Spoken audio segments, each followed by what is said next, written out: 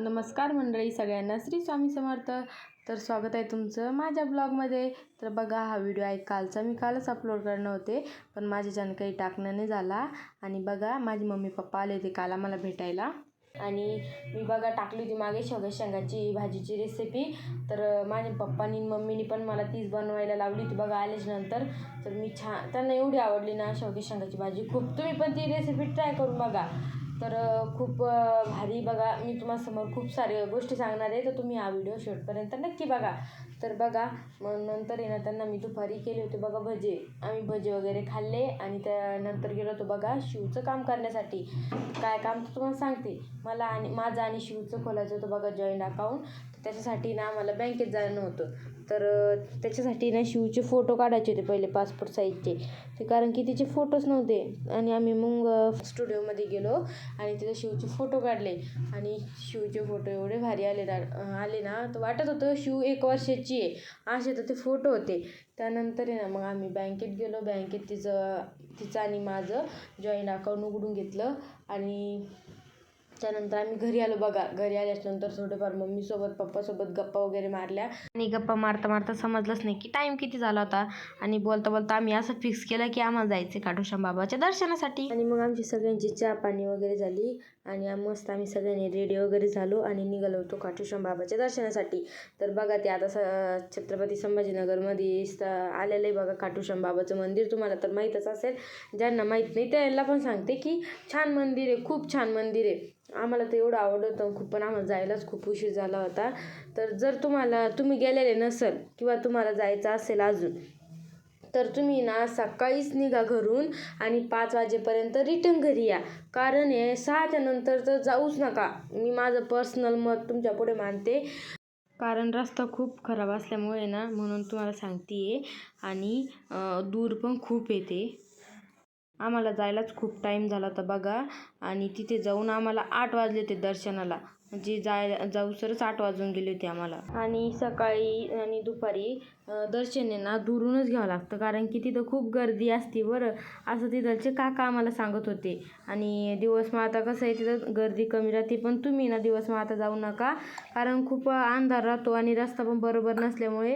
हे मी तुम्हाला सांगते. आणि तिथे बोर्डवर पण लिहिलेलं होतं बघा, इथे बिबट्यापासून सावध राहणे. कारण हे मंदिर आहे ना खूप एकांतात आहे तिकडे डोंगराच्या साईडला. तर तुम्हाला दाखवते बघा. आम्ही सगळे ना मंदिरात गेलो होतो आणि आमचं दर्शन तर एवढं भारी झालं ना खूप. कारण की ते काका ते काय बोलले की तुम्ही जर सकाळी आले असते म्हणे दुपारी वगैरे, तर तुमचं एवढं चांगलं दर्शन झालं नसतं.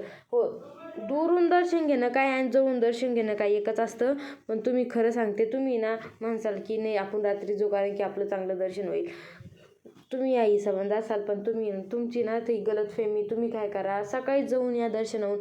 दुरून दर्शन घेतलं काय जवळून दर्शन घेतलं काय एकच असतं बघा. आणि देव आपला सगळीकडे असतो. आणि एवढं भारी वातावरण होतं तिथलं खूप, तुम्ही बघू शकता इकडे. आणि तर आम्ही सगळ्यांनी मग दर्शन वगैरे घेतले होते. एक गुलाबाचं फूल मग मी तिथलचं घेतलं होतं बघा देवापासूनचं. त्या काकांनी दिलं होतं एक. बाहेर पण अजून गार्डन वगैरे तयार करणं चालू आहे त्यांचं. आणि अजून भरपूर बाकी त्यांचं काम. तर असं दमाने करता येतं ते काम. आणि इकडे तुम्ही काही गोष्टी नोटीस केल्या का बघा. तर इथे ना आपल्या इच्छा पूर्ण करण्यासाठी ना नारळाला ना धागा वगैरे बांधता आणि तिथं आपली इच्छा बोलली जाते. परत तिथं ना खाटूश्याम बाबाला ना पूर्ण फुलाची गादी आहे.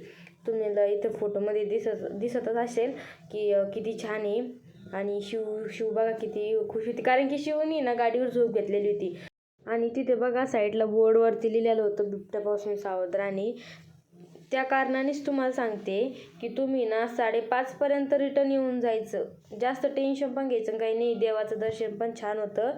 दुरून घ्या, काहीच होत नाही, काहीच प्रॉब्लेम नाही आहे. बाकीचं तुम्हाला तिथं जर निसर्गरम्य वातावरण वगैरे पण बघायला भेटतं बघा. रात्रीचं तर काही एवढं हेच नव्हतं, त्याच्यामुळे ना आम्ही फक्त तिथं देवाचं दर्शन वगैरे घेतलं, थोडंफार बसलो तिथे. नंतर ते सगळ्यांसोबत 1-2 फोटो वगैरे घेतले. त्यानंतर ना तिथे फुलाला वगैरे पाणी वगैरे मारणं चालू होतं. आणि साईडने पण अजून चाली त्यांचं काम करणं. आणि खूप छान काम करताय बघा ते. आम्हाला पण एवढं आवडलं होतं ना. त्या माझे मम्मी पप्पा म्हणे जेव्हा आम्ही नेक्स्ट टाईम येऊ ना तेव्हा आपण सकाळी तिथं येऊ म्हणे, दर्शन वगैरे करू थोडंफार तिथं, मग निसर्गरम्य वातावरण बघणं पण होतं आणि छान वाटतं. कारण की बघायला छानच वाटतं कोणाला पण, कोणत्या देवस्थानावर जा तुम्हाला तिथं बघायला खूप छान वाटतं. त्यानंतर बघा इकडे शिवचे छान असे फोटो वगैरे काढणं झाले होते. मॅडम कॅमेऱ्याकडे कत्ताही बघत नव्हत्या, पण त्यांना बघायचा प्रयत्न चालू होता कारण की तिचे 1-2 फोटो वगैरे काढायचे होते आम्हाला. त्यानंतर मी तिच्यासोबत 1-2 फोटो वगैरे काढले, तिच्या पप्पांनी पण काढले आणि त्यानंतर मग आम्ही तिथून घरी आलो. घरी आल्याच्या नंतर सगळ्यांनी जेवण वगैरे केले आणि शिवसोबत थोड्याशा सगळ्यांनी मस्त्या वगैरे केल्या. तर असं संपवला आम्ही कालचा दिवस. कसा वाटला तुम्हाला हा व्हिडिओ कमेंट करून नक्की सांगा. चला बाय बाय.